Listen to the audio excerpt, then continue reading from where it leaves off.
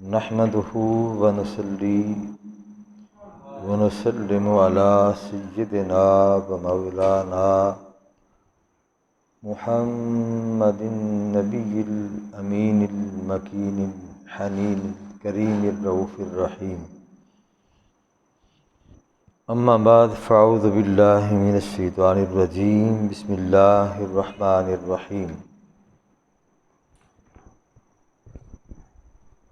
والليل إذا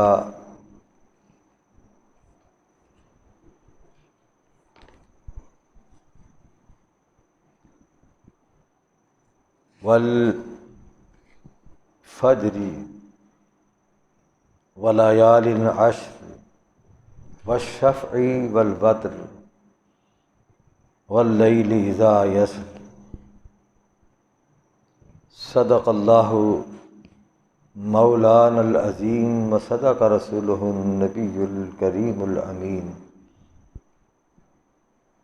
ونحن على ذلك لمن الشاہدین والشاکرین والحمد للہ رب العالمین. فقد قال اللہ تبارک وتعالی فی شان حق حبیبہ مخبرا وآمرا ان اللہ وملائکتہ یصلون علی النبی یا ایہا الذین آمنوا صلوا علیہ وسلموا تسلیما. الصلاۃ والسلام علیک یا سیدی یا رسول اللہ وعلى آلك وأصحابك يا سيدي يا حبيب الله. الصلاة والسلام عليك يا سيدي يا رحمة للعالمين وعلى آلك وأصحابك يا سيدي يا شفيع المذنبين. الصلاة والسلام عليك يا سيدي يا جد الحسن والحسين وعلى آلك وأصحابك يا سيدي يا خاتم النبيين والمرسلين والحمد لله رب العالمين.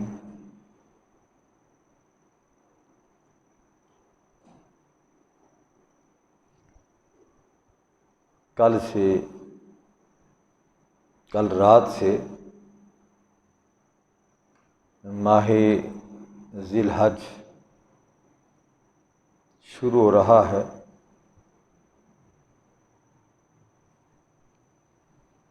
اس لیے میں چاہتا ہوں کہ آج کے اس مختصر خطبہ جمعہ میں ماہ ذی الحج مبارک کہ ابتدائی ایام کی فضیلت احادیث مبارکہ کی روشنی میں آپ کی خدمت میں پیش کی جائے.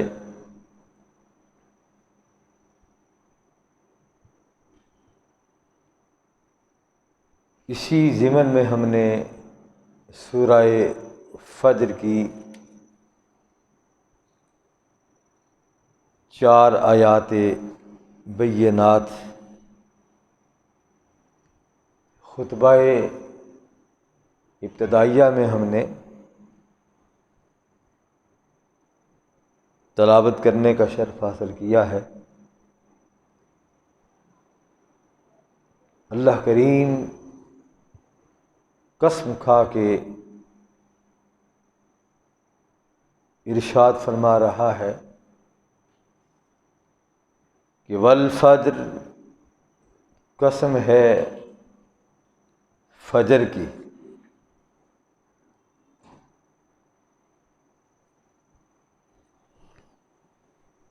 ولیال عشر، اور 10 راتوں کی قسم، والشفع والوتر، جفت اور تا کی قسم،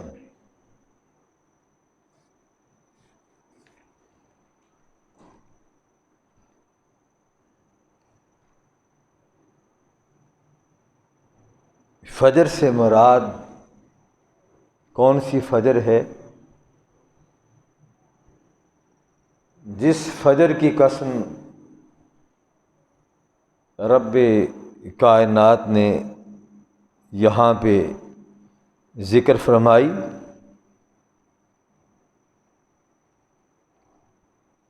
اس میں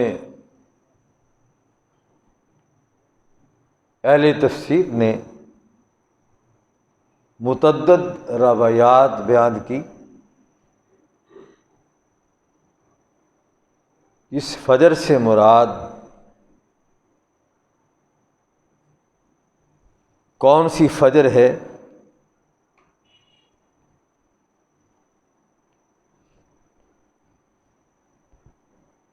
بعضوں نے کہا، اشاق نے، اس سے مراد صبح ولادت حضرت محمد مصطفیٰ ہے،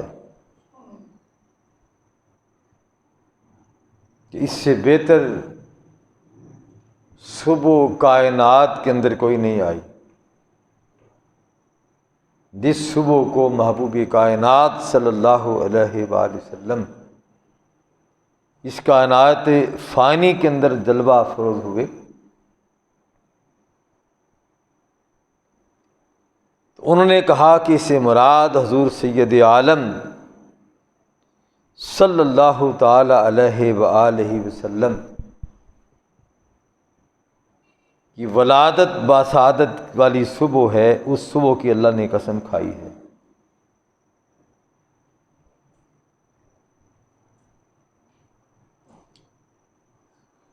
اور حضرت ابو ہریرہ رضی اللہ تعالی عنہ وہ بیان کرتے ہیں کہ تمہارے پاس رات اور دن کے فرشتے ایک دوسرے کے پیچھے آتے رہتے ہیں، اور فجر کی نماز میں اور عصر کی نماز میں جمع ہو جاتے ہیں۔ پھر جو فرشتے ساری رات تمہارے ساتھ رہے تھے، فجر کے وقت آسمان پر جاتے ہیں، ان سے ان کا رب سوال کرتا ہے، حالانکہ وہ عالم الغیب ہے، ہر بات کو جاننے والا ہے، اس کے باوجود وہ ان فرشتوں سے پوچھتے ہیں کہ کہاں سے آئے ہو؟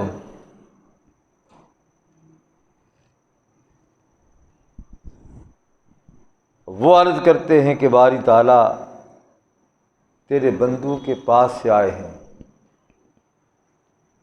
باری تعالیٰ پھر پوچھتے ہیں، میرے بندوں کو کس حال میں پایا، کس حال میں چھوڑ کے آئے ہو؟ یعنی پوچھتے اس انداز کے ساتھ ہیں کہ جب تم گئے تھے تو میرے بندے کیا کر رہے تھے، اور جب تم واپس آئے ہو تو میرے بندوں کو کس حال میں چھوڑ کے آئے ہو؟ تو فرشتے رب کائنات کی بارگاہ میں عرض کرتے ہیں، باری تعالیٰ وہ فجر کی نماز پڑھ رہے تھے۔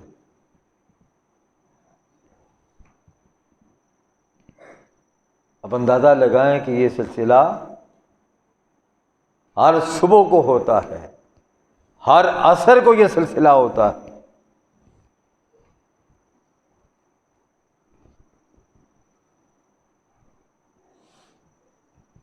اور وہ عرض کرتے ہیں کہ باری تعالیٰ جب ہم ان کے پاس آئے تھے، یعنی عصر کے وقت، یہ فرشتے وہ ہیں جو عصر کے وقت آئے تھے، اب فجر کے وقت اللہ کی بارگاہ میں حاضر ہوتے ہیں،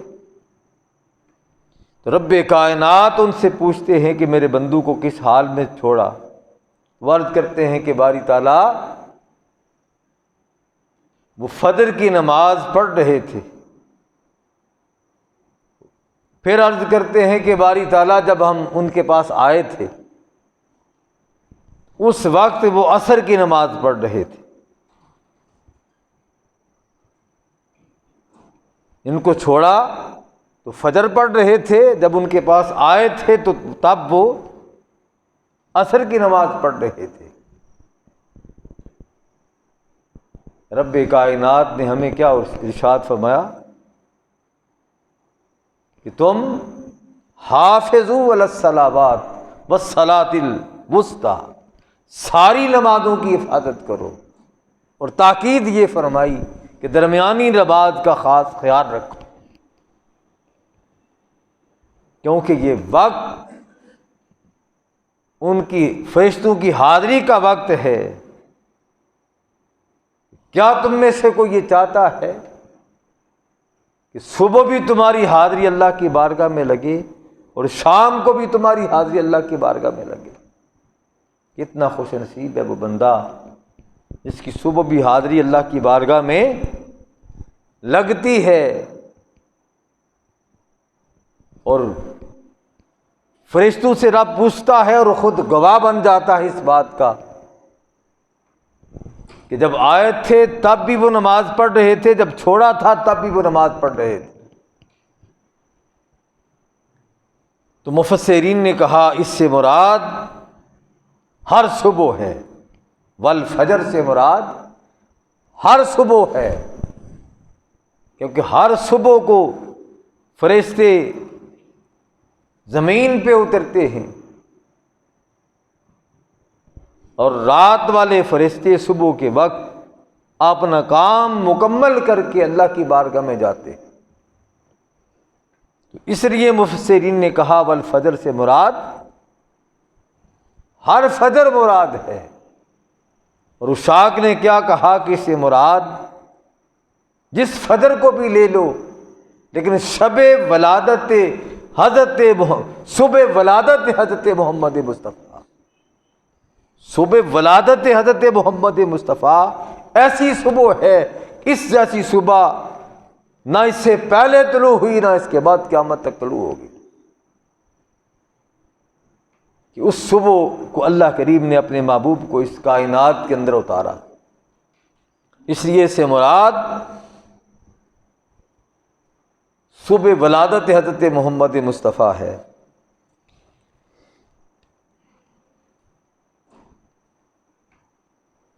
پھر ایک اور ہے کہ فجر سے مراد کون سی فجر ہے. اسے متعدد اقوال کے ساتھ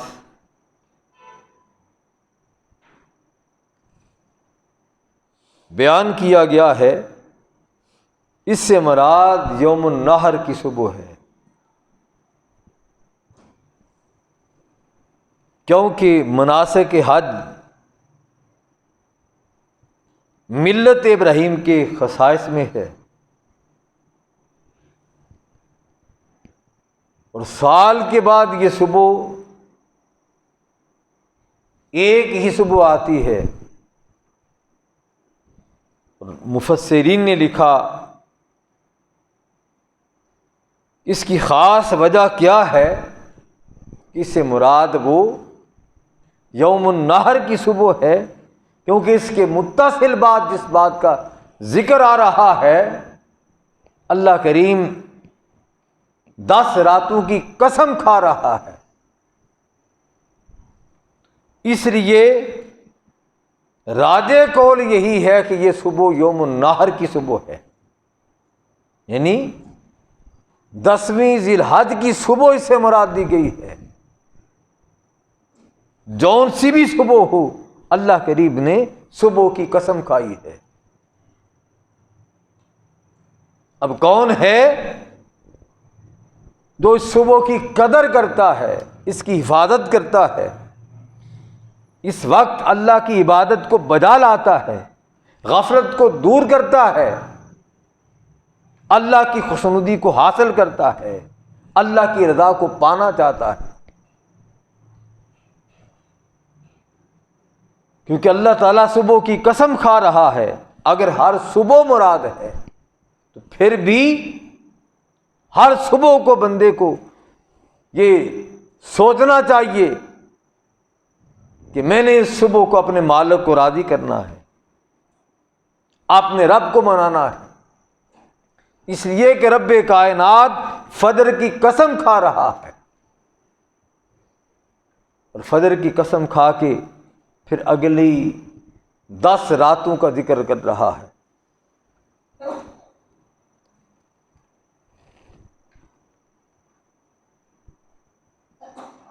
اس میں مفسرین نے یہی لکھا ہے شعب الایمان کے حوالے سے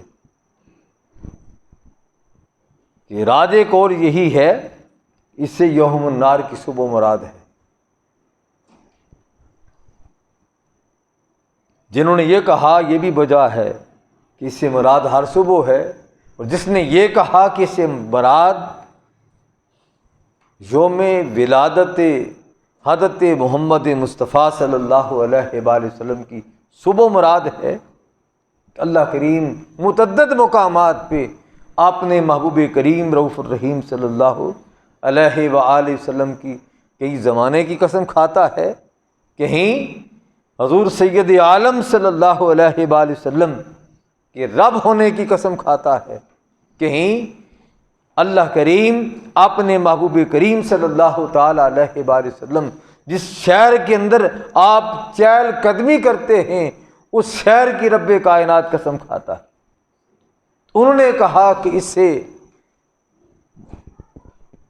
معلوم یہ ہوا کہ اللہ کریم اپنے محبوب کریم رؤوف الرحیم صلی اللہ علیہ وآلہ وسلم کے ساتھ تو اللہ کو محبت ہے، اس محبت کی وجہ سے اللہ کریم اپنے محبوب کریم رؤوف الرحیم صلی اللہ علیہ وآلہ وسلم کی ولادت کی صبح کی قسم کھا رہا۔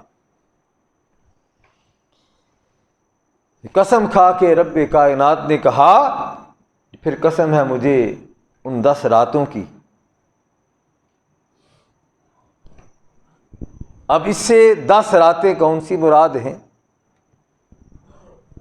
اس میں بھی محدثین کے مفسرین کے مختلف اقوال ہیں حدیث مبارکہ کی روشنی میں۔ یہ ماہ مقدس سال کا آخری مہینہ ہے،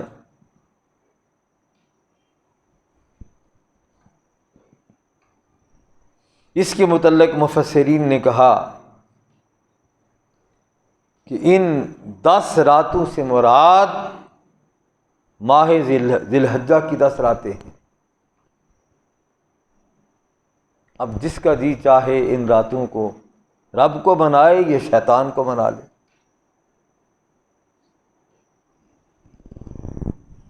اور جو رب کو مناتا ہے اسے پتہ ہے کہ اللہ کی خوشنودی حاصل ہو، اور کسی کو معلوم نہیں کب میری زندگی کا پتہ کٹ جائے گا، کب میں نے اس فانی دنیا کو خیر بات کیا دینا ہے۔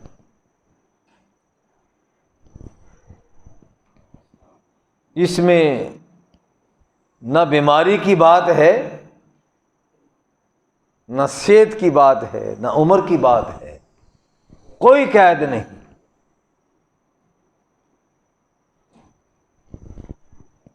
اور یہ باتیں بارہا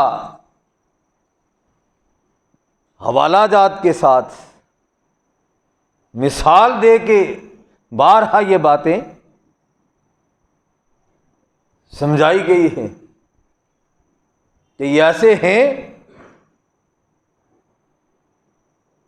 کہ نبی کریم رؤوف الرحیم صلی اللہ علیہ وآلہ وسلم کا ذکر پاک کر رہے ہیں، کرتے کرتے حضور کی توصیف بیان ہو رہی ہے، صفت بیان ہو رہی ہے، آقا کریم کا وصف بیان کیا جا رہا ہے، وصف بیان کرتے کرتے ادھر سے پیغام آتا ہے، پتہ ہی نہیں چلتا، روح قبض ہو جاتی ہے۔ یہ خوش قسمتی کی بات ہے، یہ سعادت کی بات ہے کہ جو کوئی جس حال میں دنیا سے جاتا ہے قیامت کے دن اسی حال میں اٹھے گا۔ کتنا خوش نصیب ہے وہ شخص جو محبوب کائنات کا وصف بیان کر رہا ہے، وصف بیان کرتے کرتے اللہ تعالیٰ روح قبض کر لیتا ہے۔ کئی وہ ہیں جن کے مقدر کے اندر اس کے برعکس لکھا ہوا ہے، جن کا کام ہی نکتہ چینی ہے، طنز ہے، نقائص نکالنا ہے، تو ان کی روح بھی کئی ایسے ہیں خطبہ جمعہ مثال دیتے بعد لوگ فلاں شخص جمعہ پڑھاتے ہوئے اس کو روح نکل گئی۔ بیان کیا کر رہا تھا؟ معاذ اللہ نبی پاک صلی اللہ علیہ وآلہ وسلم پہ تنقید کر رہا تھا، ان کی لا علمیہ بیان کر رہا تھا، ان کے علم کو ماپ اور توڑ رہا تھا، ترازو رکھا ہوا تھا اس نے، تو قیامت کے دن جب اٹھے گا تو کن لوگوں میں اٹھے گا؟ ان کہنے کا مقصد کیا ہے کہ وقت مقرر ہے، کہاں آئے گا، کس وقت آئے گا، کس حالت میں وقت آئے گا۔ تو یہ دن جو آ رہے ہیں بڑی عظمت کے اور بڑی شان و شوکت والے ہیں، بڑی برکتوں والے ہیں۔ اب جس کا جی چاہے وہ برکتیں سمیٹے، جس کا جی چاہے وہ اللہ کے کیر، اللہ کی غضب کو حاصل کر لے۔ یہ اپنے اپنے مقدر کی بات ہے، جو کوئی جو کچھ حاصل کرنا چاہتا ہے اس سے مل جاتا ہے۔ مفسرین نے کہا کہ ان 10 راتوں سے مراد عشرہ ذی الحجہ کی 10 راتیں ہیں۔ وہ فرماتے ہیں کیوں؟ اس لیے کہ حضرت عبداللہ بن عباس رضی اللہ تعالیٰ عنہ بیان کرتے ہیں کہ حضور سید عالم صلی اللہ تعالیٰ علیہ وآلہ وسلم نے فرمایا جن 10 راتوں کی اللہ نے قسم کھائی ہے، اس سے مراد ماہ ذی الحجہ کی 10 راتیں ہیں، اور فرمایا جفت سے مراد قربانی کا دن ہے، اور طاق سے مراد یوم عرفہ ہے۔ یعنی جفت کی قسم، طاق کی قسم، 10 راتوں کی قسم۔ یعنی 10 راتیں کون سی ہیں؟ کہا کہ اس سے مراد ماہ ذی الحجہ کی پہلی 10 راتیں ہیں۔ جفت سے مراد کون سی؟ فرمایا اس سے ماہ ذی الحجہ کا 10واں دن ہے، جسے یوم نہر کہتے ہیں، اور فرمایا یوم یعنی وطر سے مراد، طاق سے مراد کیا ہے؟ اسے یوم عرفہ ہے، نومی کا دن ہے۔ پھر اس پہ مفسرین نے احادیث مبارکہ سے اس بات کو اخذ کیا ہے، اسے بھی حضرت عبداللہ بن عباس رضی اللہ تعالیٰ عنہما نے بیان کیا ہے۔ وہ بیان فرماتے ہیں کہ نبی کریم رؤوف الرحیم صلی اللہ تعالیٰ علیہ وآلہ وسلم نے ارشاد فرمایا کہ ماہ ذی الحجہ کے 10 دنوں سے محبوب ترین دن اللہ کے نزدیک کوئی نہیں۔ یہ دن اللہ کو اس قدر محبوب ہیں کہ ان سے بڑھ کر اللہ تعالیٰ کو کوئی دن محبوب نہیں ہے۔ صحابی عرض کرنے لگے یا رسول اللہ کیا جہاد سے بھی؟ جہاد کی بڑی فضیلت ہے، کیا ان دنوں کے اندر اللہ کا ذکر کرنا، تسبیح و تحلیل کرنا جہاد سے بھی بڑا درجہ رکھتا ہے، جہاد سے بھی زیادہ فضیلت ہے؟ آقا کریم صلی اللہ علیہ وآلہ وسلم نے فرمایا ہاں، جہاد سے بھی اللہ کریم نے ان دنوں کو فضیلت عطا فرمائی ہے، تا وقت کہ کوئی شخص جہاد کے لیے نکلے اور لڑتا ہوا اللہ کے راستے میں شہید ہو جائے۔ یعنی آقا کریم صلی اللہ علیہ وآلہ وسلم ان ایام کی فضیلت بیان فرما رہے ہیں۔ یعنی ان سے پتہ یہ چلا کہ یہ ایام وہ ہیں کہ جن کی فضیلت نبی کریم رؤوف الرحیم صلی اللہ علیہ وآلہ وسلم نے اس انداز سے بیان فرمائی۔ پھر ایک اور مقام پہ حضرت عبداللہ بن عباس رضی اللہ تعالی عنہما ہی بیان کرتے ہیں کہ آقا کریم صلی اللہ تعالی علیہ وآلہ وسلم فرمایا، ان دنوں میں نیک عمل اللہ کی بارگاہ میں اس قدر مقبول ہوتا ہے، اللہ کریم اسے ایک نیکی کے بدلے میں اللہ تعالیٰ 700 گنا اجر عطا فرماتا ہے۔ اب ماہ رمضان کی بڑی فضیلت ہے،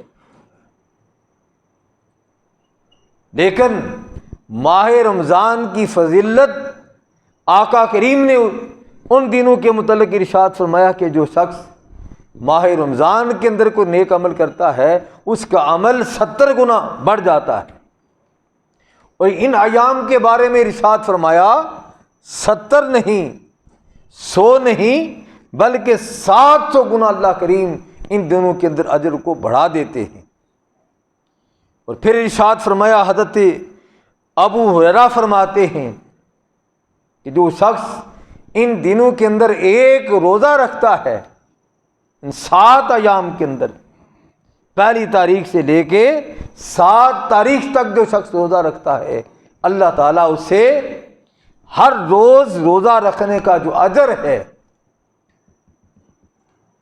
وہ فرمایا ایک روزے کا اجر جو ہے اللہ تعالیٰ اسے 100 روزے رکھنے کا اجر عطا فرماتا ہے۔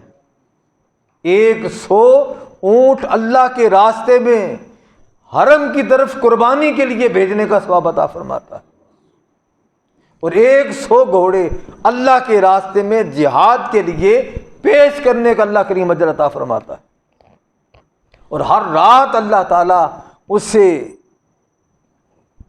1 لیلۃ القدر کا اجر عطا فرماتا ہے، اور ایک روایت کے مطابق 1000 لیلۃ القدر کا اللہ کریم اجر عطا فرماتا ہے۔ ہر رات اللہ تعالیٰ اسے 1000 لیلۃ القدر کا اجر عطا فرماتا ہے، اور جو خوش نصیب ان 10 راتوں کے اندر اللہ کی عبادت کرتا ہے، تسبیح و تحلیل کرتا ہے، اللہ کریم اس سے ان 10 راتوں کے بدلے میں 10,000 لیلۃ القدر کا اجر عطا فرماتا ہے۔ اور پھر اس سے آگے بڑھ کے ارشاد فرمایا کہ جو شخص پھر اس سے آگے بڑھ کے 8ویں کا روزہ رکھتا ہے، اس سے اللہ کریم 1000 روزہ رکھنے کا اجر عطا فرماتا ہے، اور 1000 اونٹ اللہ کے راستے میں قربانی کے لیے حرم شریف میں بھیجنے کا ثواب عطا فرماتا ہے، اور 1000 گھوڑے اللہ کی رضا کے لیے میدان جہاد میں جہاد کے لیے بھیجنے کا اللہ کریم اجر عطا فرماتا ہے۔ پھر اللہ کریم کے محبوب صلی اللہ علیہ وآلہ وسلم کا ارشاد ہے کہ جو شخص 9 ذی الحج کو روزہ رکھتا ہے، اللہ کریم اس سے اس نامی کا روزہ رکھنے کا اجر 2000 روزے رکھنے کا اجر عطا فرماتا ہے، اور 2000 اونٹ اللہ کے راستے میں قربانی کے لیے حرم میں بھیجنے کا ثواب عطا فرماتا ہے، اور 2000 گھوڑے اللہ کے راستے میں جہاد کے لیے بھیجنے کا اجر عطا فرماتا ہے۔ ان ایام کی فضیلت نبی کریم صلی اللہ علیہ وآلہ وسلم کے فرمان کے مطابق اس سورہ پاک کی ان ابتدائی آیات بینات کے اندر اللہ کریم نے جو یہاں پہ قسم کھائی ہے، والفجر ولیال عشر والشفع والوتر، مجھے قسم ہے فجر کی، مجھے قسم ہے 10 راتوں کی، مجھے قسم ہے جفت اور طاق کی۔ اللہ کریم نے یہاں پہ جو کچھ ارشاد فرمایا، اس سے مراد حدیث طیبہ کی روشنی میں فجر سے مراد یوم النحر کی فجر ہے، کہ وہ دن قربانی کا ہوتا ہے، کہ وہ دن ہے جس دن حضرت ابراہیم علیہ السلام نے اللہ کے راستے میں عظیم قربانی پیش کی تھی، حضرت سیدنا اسماعیل علیہ السلام کی، جس کا نعم البدل قیامت تک کسی کے پاس نہیں ہے، کہ حکم ہوتا ہے، اور حضرت ابراہیم علیہ السلام کو اللہ کے بعد جس سے سب سے زیادہ محبت تھی وہ حضرت سیدنا اسماعیل علیہ السلام تھے۔ اللہ کریم کے حکم سے آپ انہیں قربانی کے لیے فقط دکھانے کے لیے نہیں بلکہ پوری طرح تیاری کے ساتھ اللہ کے راستے میں لے جانے کے لیے تیار ہوتے ہیں۔ اس لیے مفسرین کہتے ہیں اس فجر سے مراد یوم النحر کی فجر ہے، 10ویں کی فجر ہے۔ اللہ کریم نے یہاں اس فجر کی قسم کھائی ہے، قسم کھا کے ان 10 راتوں کی اہمیت کو بیان کیا ہے، یعنی 10 راتوں کی بھی قسم کھائی۔ دوسرے مقام پہ آتا ہے کہ بعض روایات کے اندر یہ ہے کہ اس سے مراد محرم الحرام کی 10 راتیں ہیں، وہ بھی حدیث طیبہ کے اندر مسلم، بخاری، نسائی، ابو داؤد اور دیگر کتب حدیث کے اندر ان کا بھی ذکر آیا ہے، لیکن تفصیل کے ساتھ جن ایام کا ذکر آیا ہے، جن راتوں کا ذکر آیا ہے، وہ راتیں ماہ ذی الحج کی یہ 10 راتیں ہیں۔ ان راتوں کے اندر اگر اور کچھ نہیں ہو سکتا، شب بیداری نہیں ہو سکتی، جاگ نہیں سکتے، تو کم از کم عشاء کی نماز باجماعت ادا کریں،